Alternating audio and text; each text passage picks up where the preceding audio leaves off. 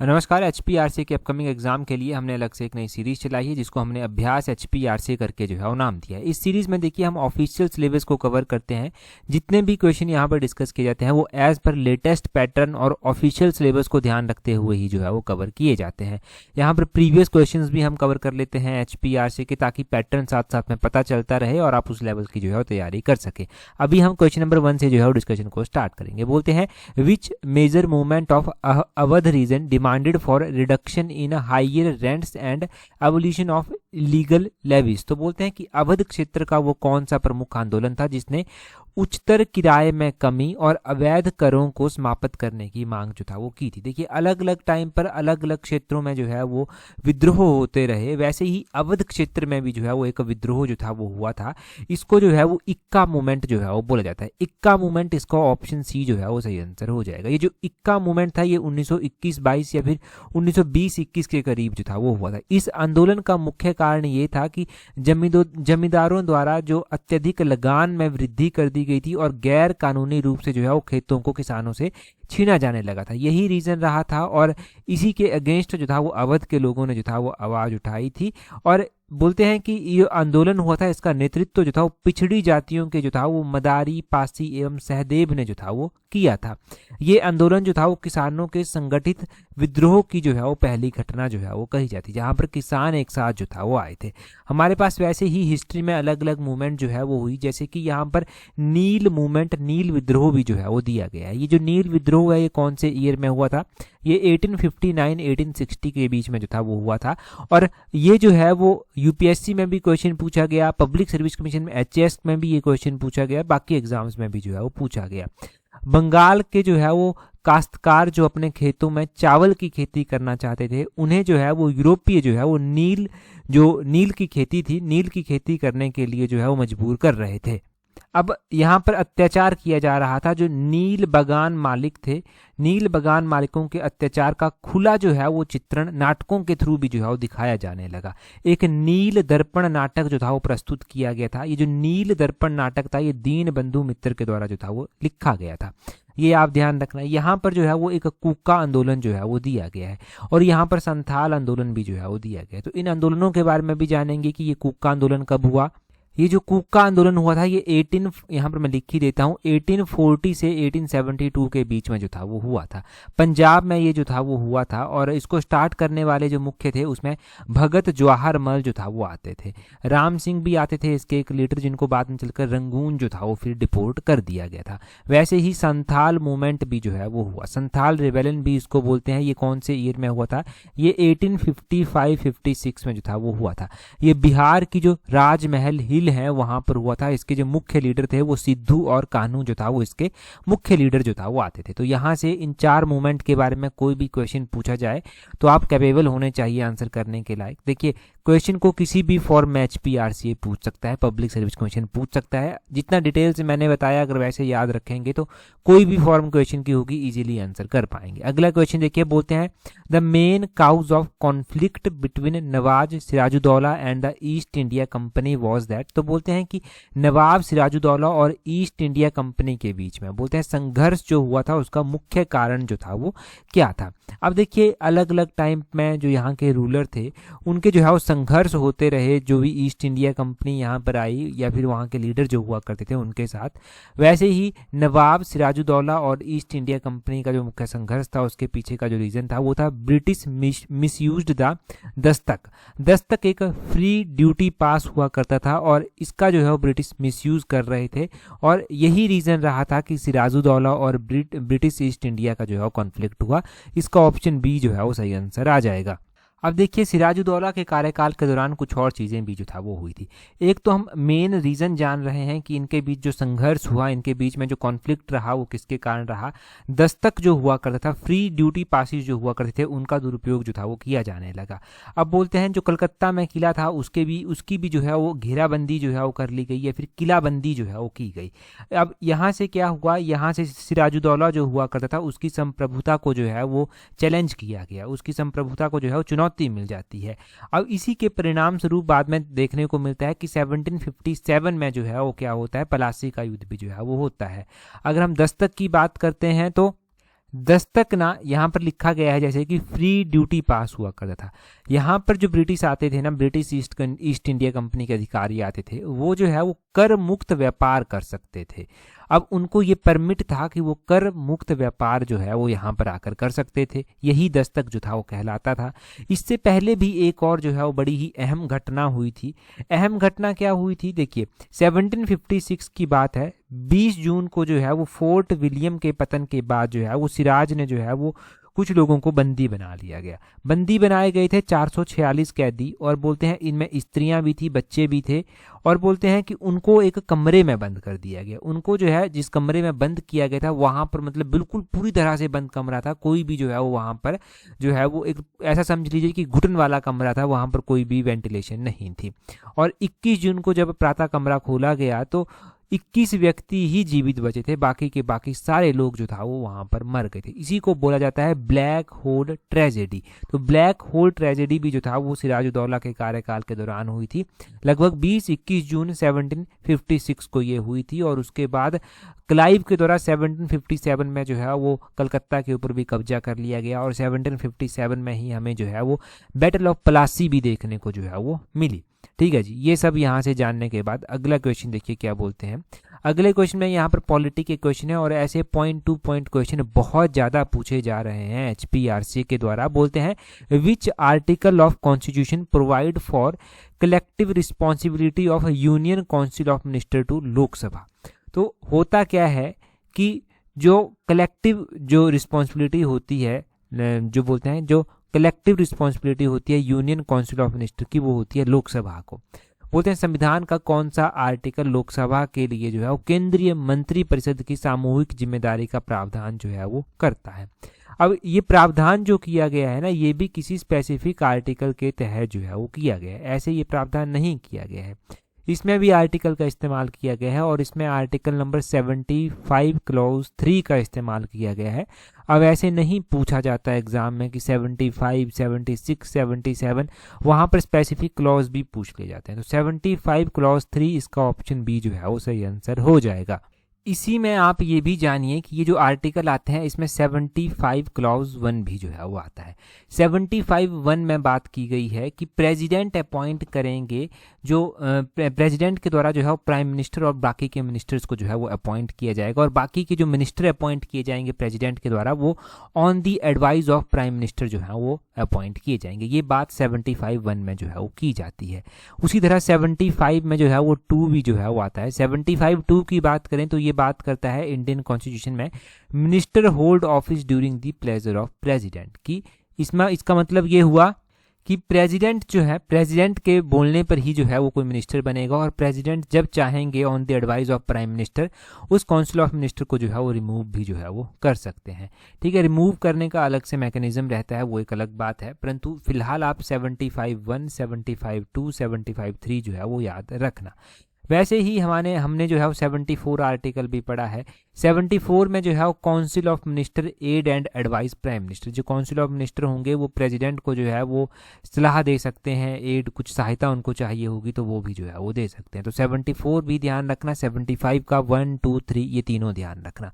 Next question देखते हैं हमारे पास क्या पूछा गया है। यहाँ पर भी आर्टिकल ही दिए गए हैं। यहाँ पर बोलते हैं विच of the following article is not correctly match. यहाँ पर बोलते हैं कि कौन सा आर्टिकल जो है वो करेक्टली मैच नहीं किया गया है।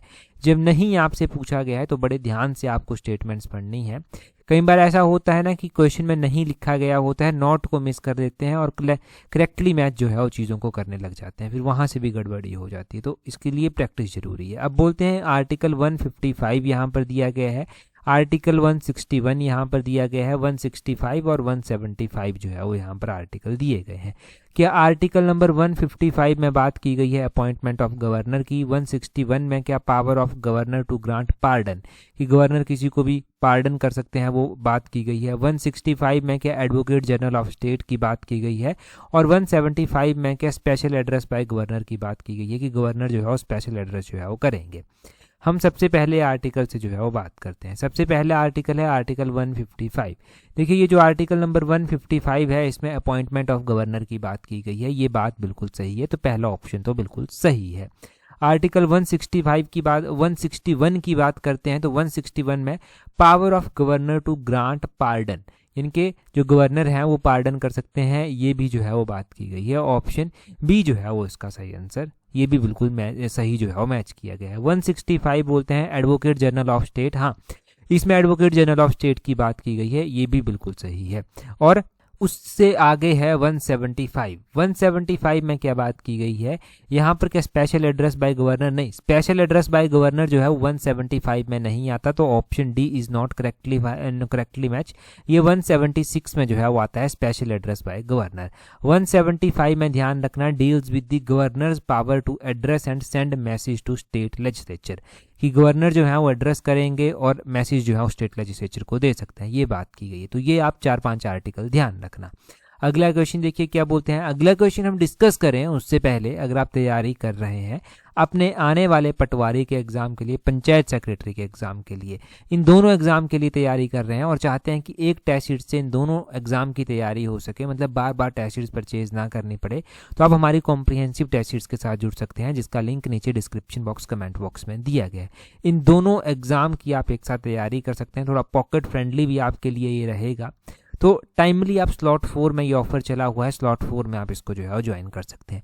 उसके बाद रही बात आपकी जो है वो जूनियर ऑफिस असिस्टेंट के एग्जाम की, तो उसके लिए अलग से टेस्ट सीट्स है। अब देखिए जूनियर असिस्टेंट में जो है, जूनियर ऑफिस असिस्टेंट आईटी में जो है वो क्या किया गया है, स्टेट कैडर कर दिया गया है। तो अभी और भी पोस्टें जो हैं वो आएंगी। अब देखिए और भी पोस्टें आएंगी और अच्छी अपॉर्चुनिटी भी है आपके लिए एक, तो इसकी टेस्ट सीट्स अगर आप ज्वाइन करना चाहते हैं तो इसकी टेस्ट सीट्स का लिंक भी नीचे डिस्क्रिप्शन बॉक्स कमेंट बॉक्स में दिया गया है, वहाँ से इसको भी ज्वाइन कर सकते हैं। दोनों टेस्ट सीट्स के लिंक है नीचे डिस्क्रिप्शन बॉक्स में भी, कमेंट बॉक्स में भी, वहाँ से ज्वाइन कर लेना। अगला क्वेश्चन देखिए क्या बोलते हैं, बोलते हैं an iron nail is placed in a test tube filled with the boiled water and a layer of oil is applied to it. Even after a few days there is no war on him. बोलते हैं what does this indicate. अब ये question पूछा गया था JBT के exam में science के सेक्शन में, तो इसलिए हम यहाँ पर डिस्कस इसको कर रहे हैं। यहाँ से आपको देखने को मिलेगा कि क्वेश्चन बहुत आसान पूछे जाते हैं, परंतु बस वही है कि आपको सॉल्व करने आने चाहिए। अब बोलते हैं हिंदी में कि एक लोहे की कील को उबले हुए जल से जो है वो भरे एक टेस्ट ट्यूब में रखा जाता है और बोलते हैं उस पर तेल की एक परत जो है वो चढ़ा दी जाती है। कुछ दिनों बाद भी बोलते हैं उस पर जंग नहीं लगता, इससे क्या संकेत मिलता है। अब देखिए इससे क्या संकेत मिलता है। पहला तो ऑप्शन है कि तेल लोहे के साथ अभिक्रिया करके जंग लगने से रोक देता है।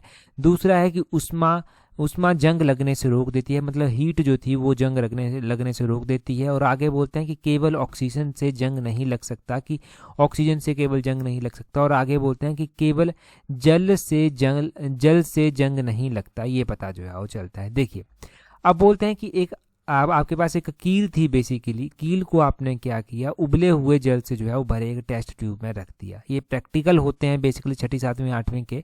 बोलते हैं उस पर आपने तेल की एक परत भी चढ़ाई हुई है, परंतु उसमें जंग नहीं लगता। तो यहाँ से ये पता चलता है कि केवल जल से ही जंग नहीं जो है वो लगता है, और रीजन भी जंग लगने के होते हैं। तो ऑप्शन डी इसका जो है वो सही आंसर हो जाएगा। पहला ऑप्शन था आपका कि तेल लोहे के साथ अभिक्रिया करके जंग लगने से रोक सकता है, ये भी नहीं होगा। बोलते हैं उष्मा जंग लगने से रोकती है, ये भी नहीं होगा। ऑक्सीजन से जंग नहीं लगता, ये भी नहीं होगा। बोलते हैं ये इंडिकेट करता है कि केवल जल से जंग नहीं लग सकता, ये यहाँ से पता चलता है। देखिए जंग लगने के लिए ना ऑक्सीजन मिलना भी ज़रूरी है लोहे को। तो यहाँ पर क्या हुआ, यहाँ पर जब पानी को उबाला गया तो पानी को उबालने से जो है वो ऑक्सीजन बाहर जो है वो निकल गई। दूसरा यहाँ पर तेल भी एक बैरियर का काम जो है वो कर रहा था, तो ऑक्सीजन को जो है वो दोबारा पानी में घुलने से जो है वो तेल ने रोक दिया, हवा की जो ऑक्सीजन थी। अब बोलते हैं कि जो टेस्ट ट्यूब के अंदर कील रखी गई थी उसको जंग नहीं लगता है। जंग ना लगने की रीज़न मेन यही है कि ऑक्सीजन जो था वो वहाँ पर एब्सेंट थी, अनुपस्थित थी, तो इसलिए वहाँ पर जो है वो जंग नहीं लगा। इसलिए जंग लगने की रासायनिक प्रक्रिया वो पूरी नहीं होती। तो ये इसलिए बोलते हैं कि पानी से ही केवल जंग नहीं लगता, जंग के लिए ऑक्सीजन भी चाहिए और चीज़ें भी थोड़ी थोड़ी रिस्पॉन्सिबल होती हैं। अगला क्वेश्चन देखिए क्या बोलते हैं। अगले क्वेश्चन में बोलते हैं to obtain clean water from a mixture of sand and water which of the following method can be used. बोलते हैं रेत और जल के मिश्रण से स्वच्छ जल प्राप्त करने के लिए निम्नलिखित में से किस विधि का उपयोग किया जा सकता है। अब देखिए ये क्वेश्चन भी जेबीटी के एग्जाम में साइंस के सेक्शन में पूछा गया था। मैं क्यों डिस्कस कर रहा हूं और खासकर मैं हिंदी में क्यों ऑप्शन दे रहा हूं, क्योंकि जिस एस्पिरेंट ने पेपर दिया था अगर वो शायद इंग्लिश में इन ऑप्शंस को देखता तो सही आंसर कर आता। अब देखिए बोलते हैं कि रेत और जल का जो मिश्रण होता है उसमें से स्वच्छ जल प्राप्त करने के लिए आप क्या विधि जो है वो इस्तेमाल करेंगे, क्या वाष्पीकरण इस्तेमाल करेंगे, क्या आसवन इस्तेमाल करेंगे, चुंबकीय पृथक्करण आप इस्तेमाल करेंगे या फिर निस्पंदन इस्तेमाल करेंगे। अगर हिंदी में देखेंगे तो ये ऑप्शंस आपको टफ लगेंगे, परंतु अगर आप अंग्रेजी में वहीं पर ट्रांसलेट कर देख लेते, जो अंग्रेजी वाला सेक्शन था उसके ऊपर क्लिक कर तो निस्पंदन का मतलब होता है फिल्ट्रेशन और आगे है मैग्नेटिक सेपरेशन है, उसके बाद डिस्टिलेशन है और उसके बाद जो है वो इवेपोरेशन है। तो कैसे जो है वो कैसे जो है वो रेत और पानी को अलग किया जाएगा, तो रेत और पानी को फिल्ट्रेशन से अलग कर दिया जाएगा। इसका ऑप्शन ए सही आंसर हो जाएगा। तो यहाँ से सीखने ये मिलता है कि पेपर में जो है वो ज़रूरी नहीं कि आप अगर हिंदी मीडियम के हैं तो हिंदी मीडियम को ही पूरा फॉलो करें। जहाँ पर लग रहा है कि क्वेश्चन आसान है या कई बार ऐसा होता है क्वेश्चन हिंदी में समझ ही नहीं आ रहा, तो एक बार अंग्रेजी में ज़रूर उसको पढ़ लें। ठीक है, अंग्रेजी में पढ़ने से कई बार चीज़ें इजी हो जाती हैं, या फिर अंग्रेजी का केस ऐसा हो सकता है कि अंग्रेजी में डिफ़िकल्ट लग रहा है तो हिंदी में पढ़ लें, एक ही मीडियम के थ्रू ना जाएं। ये पेपर है और फाइनल पेपर है, यहाँ से नौकरी मिलती है, तो इसलिए ये दोनों ऑप्शन आपको एक्सप्लोर जो है वो करनी होती हैं। आगे क्या बोलते हैं, आगे बोलते हैं Pichavaram mangrove forest in India is located in delta region of which of the following river. तो बोलते हैं कि ये जो पिचावरम मैंग्रोव क्षेत्र हैं बोलते हैं किस नदी के डेल्टा में जो है वो पाए जाते हैं। तो पिचावरम, इस तरह के क्वेश्चन भी पूछे जा रहे हैं। पिचावरम मैंग्रोव फॉरेस्ट की हम बात करते हैं, ये बेसिकली तमिलनाडु में जो है वो आते हैं, जो वर्ल्ड का सेकंड लार्जेस्ट मैंग्रोव फॉरेस्ट भी एक तरह से कहा जाता है। और बोलते हैं कि ये कौन से रिवर बेसिन पर जो है वो आते हैं, कौन सी डेल्टा रीजन में ये आते हैं, तो ये जो है वो कावेरी, ऑप्शन सी इसका जो है वो सही आंसर हो जाएगा। बोलते हैं भारत में जो पिचावरम मैंग्रोव क्षेत्र है वो तमिलनाडु के कंडालोर जिले में जो है वो आते हैं। दक्षिण में जो है वो कोलेरून नदी और उत्तर में जो है वो वेल्लूर नदी के मुहाने में के बीच जो है स्थित है। ये तमिलनाडु के कावेरी डेल्टा का जो है वो हिस्सा है, तो ये ध्यान रखना है, ये कावेरी डेल्टा का हिस्सा है और विश्व की सबसे बड़ी मैंग्रोव वनों में से जो है ये एक जो है वो आता है। यहाँ पर आपने कावेरी नदी का भी जो है वो पढ़ा। कावेरी रिवर के बारे में भी जो है वो आप थोड़ा सा ध्यान रखिए, एनसीईआरटी बेस्ड थोड़ी सी जानकारी आपको होनी चाहिए कि कावेरी नदी जो निकलती है वो कहाँ से जो है वो निकलती है। तो ये कर्नाटक के कोडागु जो कुर्ग जिला है उसमें पश्चिमी घाट की जो ब्रह्मगिरी पर्वतमाला है वहाँ पर जो है वो तल कावेरी नामक स्थान से जो है वो निकलती है। तो ये आपने ध्यान रखना है, ब्रह्मगिरी बेसिकली आप ध्यान रखें, जो ब्रह्मगिरी है कर्नाटक का वहाँ से जो है ये निकलती है। तो कावेरी नदी का भी पता आपको चल गया। आगे बोलते हैं Lavani is a famous folk music and dance form of which Indian state. तो ये लवाणी जो है वो कहाँ का है। लवाणी अगर हम बात करते हैं कि ये कहाँ का फोक डांस फोक सॉन्ग जो है वो आता है, तो इसका भी आपने ध्यान रखना है कि लवाणी जो है वो बेसिकली महाराष्ट्र का जो है वो आता है। ऑप्शन डी इसका जो है वो सही आंसर हो जाएगा। महाराष्ट्र का ये ट्रेडिशनल फोक डांस जो है वो एक तरह से जो है वो आता है। देखिए इंपॉर्टेंट डांसेस, वैसे तो बहुत सारे डांसेस हैं याद करने को, मैं इंपॉर्टेंट डांसेस आपको बता देता हूँ। जैसे कि बिहू कहाँ पर परफॉर्म किया जाता है, ये असम में परफॉर्म किया जाता है। एक कुचिपुड़ी आता है, कुचिपुड़ी जो है वो कहाँ पर परफॉर्म किया जाता है, ये आंध्र प्रदेश का जो है वो आता है। गरबा कहाँ पर परफॉर्म किया जाता है, गरबा जो है वो गुजरात का है। एक कथकली आता है, कथकली जो है वो केरल का जो है वो आता है। भांगड़ा आता है, गिद्धा आता है, भांगड़ा गिद्धा जो है वो पंजाब के आते हैं। घूमर आता है, ये जो है वो राजस्थान का है। भरतनाट्यम आता है, ये तमिलनाडु का आता है। नौटंकी हो गया, रासलीला हो गया, झोरा हो गया, जात्या हो गया, ये उत्तर प्रदेश के जो है वो आते हैं। ये उत्तर प्रदेश के आपने ध्यान रखने हैं। और उसी तरह जो है वो आपने रौफ भी ध्यान रखना है। रौफ जो है वो जम्मू कश्मीर में जो है वो परफॉर्म किया जाता है।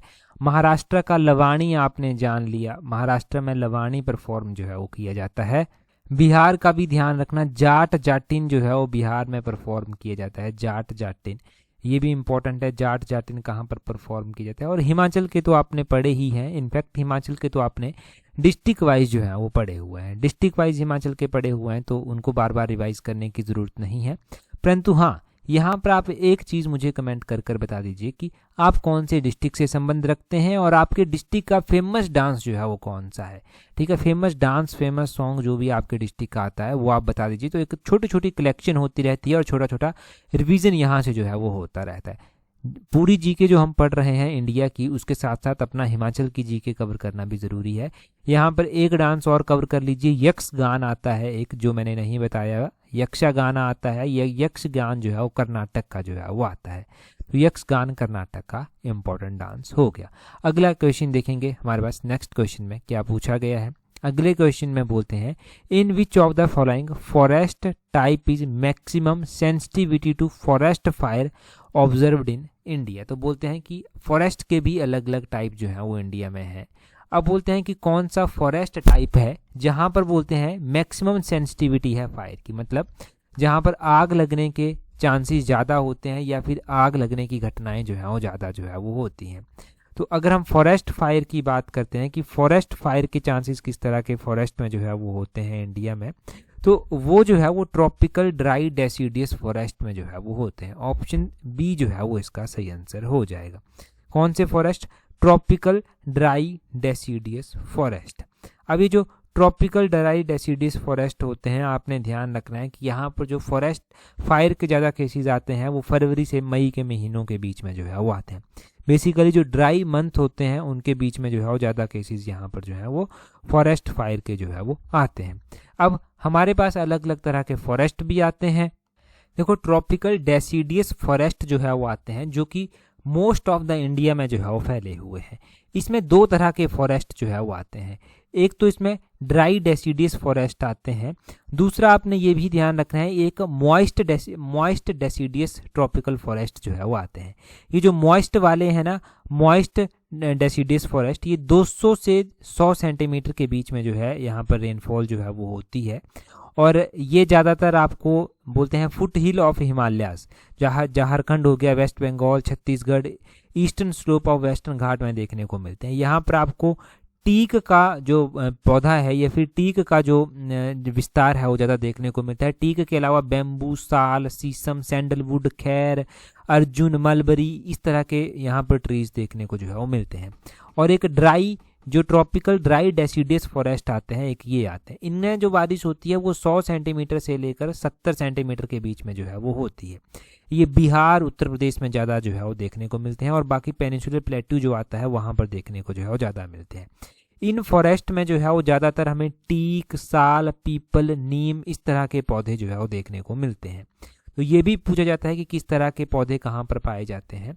अगला क्वेश्चन देखेंगे हमारे पास क्या बोलते हैं। अगले क्वेश्चन में बोलते हैं what is the standard calorie intake per person in rural areas to determine the poverty line in India. तो बोलते हैं कि भारत में गरीबी रेखा को निर्धारण करने के लिए बोलते हैं ग्रामीण क्षेत्रों में प्रति व्यक्ति कितनी कैलोरी मानक मानी गई है। अब देखिए, कितनी कैलोरी जो है वो प्रति व्यक्ति पर डे मिलनी चाहिए, वो जो है वो एक मानक रखा गया है।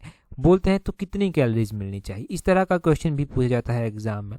तो 2400 कैलोरीज, 2400 यानी कि 2400 कैलोरीज पर पर्सन पर डे जो है वो इनटेक होना चाहिए रूरल एरियाज में। ये जो है वो रखा गया है, कैलोरी इनटेक जो है ये रखा गया है इंडिया में। ठीक है जी। अब देखिए, ICMR एक आता है जिसको Indian council of medical research बोलते हैं, उसने ये रिकमेंड किया है कि 2400 कैलोरीज पर पर्सन पर डे जो है वो रूरल एरियाज में होनी चाहिए। अर्बन एरियाज में यही 2100 यानी कि 2100 कैलोरीज जो है वो पर पर्सन पर डे जो है वो रखी गई है। तो इतना आप ध्यान रखिए। यहाँ पर जो बेसिक चीज़ें मैं आपको रिवाइज करवाऊंगा वो एक तो फूड डे के बारे में रिवाइज करवा देता हूँ कि फूड डे कब मनाया जाता है। अगर हम फूड डे की बात करें कि फूड डे हर साल कब मनाया जाता है, तो फूड डे जो है वो हर साल अक्टूबर महीने में 16 तारीख को जो है वो मनाया जाता है। अब फूड एंड एग्रीकल्चर ऑर्गेनाइजेशन भी एक आती है, बोलते हैं इसकी स्थापना कब की गई थी। अगर हम बात करें फूड एंड एग्रीकल्चर ऑर्गेनाइजेशन की, FAO की, तो इसकी स्थापना जो है वो 16 अक्टूबर को ही की गई थी। तभी 16 अक्टूबर को फूड डे मनाते हैं और 1945 में इसकी स्थापना जो था वो की गई थी। ये आप ध्यान रखना कि कब इसकी स्थापना की गई थी, 1945 में की गई थी। इसका जो अभी हेडक्वार्टर है वो रोम, इटली में जो है वो इसका हेडक्वार्टर जो है वो आता है। तो रोम, इटली हेडक्वार्टर भी ध्यान रखना इसका, इतना काफ़ी है इसके बारे में। अगला क्वेश्चन देखिए यहाँ पर क्या बोलते हैं, यहाँ पर बोलते हैं which provision allow parliament to legislate on state list subject by consent for 2 or more state. तो बोलते हैं कि कौन सा प्रावधान संसद को 2 या 2 से अधिक राज्यों के लिए सहमति से किसी राज्य सूची विषय पर कानून बनाने की अनुमति जो है वो देता है। तो इससे पिछले एडिशन में हमने ये डिस्कस किया था कि बोलते हैं कौन सा आर्टिकल पार्लियामेंट को जो है वो स्टेट लिस्ट में कोई चीज़ है उसके ऊपर कानून बनाने की अनुमति देता है। वो आप कमेंट कर बताएंगे, हम पहले डिस्कस कर चुके हैं इससे पिछले पार्ट में, जल्दी से कमेंट कर बताइए। हाँ, अगर टेलीग्राम पर आपने अभी भी हमें ज्वाइन नहीं किया है तो टेलीग्राम पर ज्वाइन करने के लिए अपने टेलीग्राम से @allexam31 सर्च करना, आपको हमारा टेलीग्राम चैनल मिल जाएगा। आज की इस वीडियो में इतना ही है। That's all for today. Thank you very much for watching and listening it very patience.